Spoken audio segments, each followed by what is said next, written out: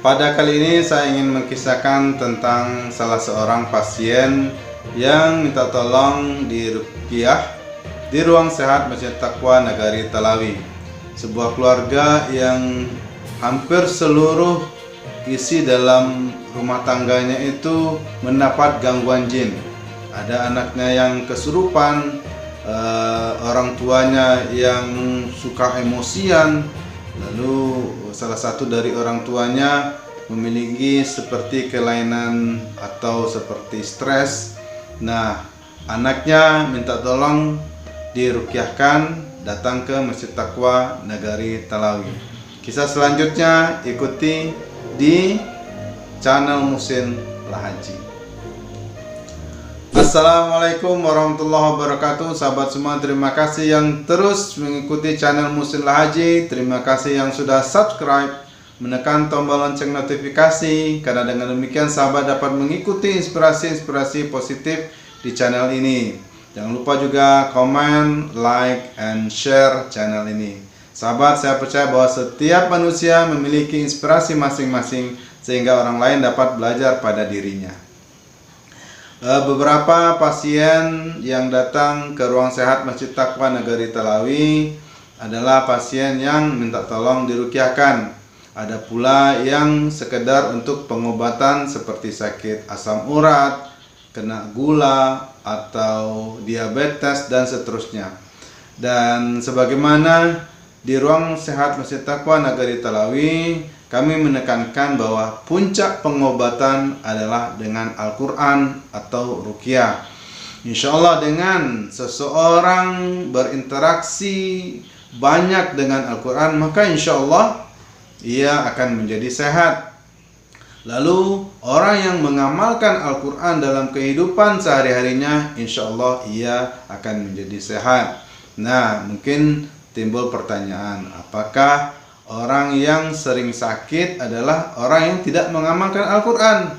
Sahabat, ini perlu kita evaluasi, perlu kita renungkan. Insya Allah sahabat, sebagaimana kisah yang terus saya kisahkan tentang di zaman Rasulullah diberikan hadiah seorang tabib yang berkualitas, tabib yang hebat dalam pengobatan dari kerajaan Romawi. Dia sudah terkenal di kerajaan Romawi, lalu datang ke Madinah sebagai hadiah kepada Rasulullah. Setelah beberapa bulan, kalau tidak salah sekitar 6 bulan ia tinggal di Madinah, tak seorang pun masyarakat di Madinah, tak seorang pun sahabat Rasulullah yang datang berobat ke sana untuk mengobati dirinya karena sakit. Apa kesimpulannya sahabat? Kesimpulannya bahwa seluruh masyarakat, seluruh sahabat Rasulullah dalam keadaan sehat. Nah, ini intinya sahabat adalah Al-Quran. Al-Quran yang membuat mereka sehat dari kejiwaan, sehat dari segi fisik. Oleh karena itu sahabat, walaupun pasien yang datang ke ruang sehat Masjid Taqwa Nagari Talawi adalah pasien yang sakitnya bukan sakit ruhiyah, bukan orang yang kesurupan, bukan orang yang terkena gangguan jin, insya Allah seluruh penyakit yang kami tangani akan kami mulakan dengan meruqyahnya terlebih dahulu. Karena dengan bacaan Al-Quran tersebut sahabat, maka insya Allah fisik kita akan jadi sehat. Seperti dalam penelitian air yang ketika dibacakan Al-Quran sahabat, maka pH-nya akan berubah. Tumbuhan yang ketika dibacakan Al-Quran, maka tumbuhan tersebut akan sehat. Nah, di sini sahabat, saya dapat pesan dari seorang pasien. Beliau meminta tolong kepada kami, kepada saya di ruang sehat Masjid Taqwa Nagari Talawi, yaitu mengobati keluarganya yang semacam broken home. Ayahnya mudah emosi, lalu ibunya seperti seseorang yang terkena gangguan mental, lalu anaknya juga demikian. Nah, akhirnya kami datang ke sana sahabat. Saya dapati setelah diruqyahkan, ternyata sahabat memang si ayah adalah orang yang emosi, ibu semacam terkena gangguan mental, dan anaknya ketika kami ruqyahkan beliau langsung kesurupan dan bersaksi bahwa jin yang masuk ke dalam tubuh anak ini adalah jin kuda lumping atau jin kuda kepang kalau di bahasa Sawunto. Kenapa? Karena memang anaknya ini adalah pemain kuda lumping atau kuda kepang. Sahabat semua, cukup lama kami merukyahkan anak ini. Ketika baru saja memulai merukyahkan, anak ini langsung bereaksi. Ia kejang-kejang dan merangkak-rangkak seperti kuda. Lalu berbisik-bisik dan akhirnya ia berbicara dan menyatakan bahwa jin yang ada dalam tubuhnya adalah jin sebutannya embah. Ini adalah embah yang menunggu anak ini. Saya minta keluar jin itu. Bacakan ayat-ayat ruqyah.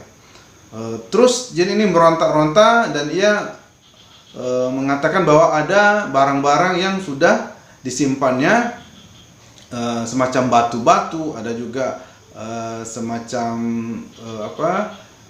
topeng kuda lumping. Akhirnya jimat-jimat ini kami bakar dan alhamdulillah sahabat semua, anak ini setelah dirukyahkan akhirnya sudah mulai tenang dan ada sekitar 3 kali gelombang saya merukyahkannya.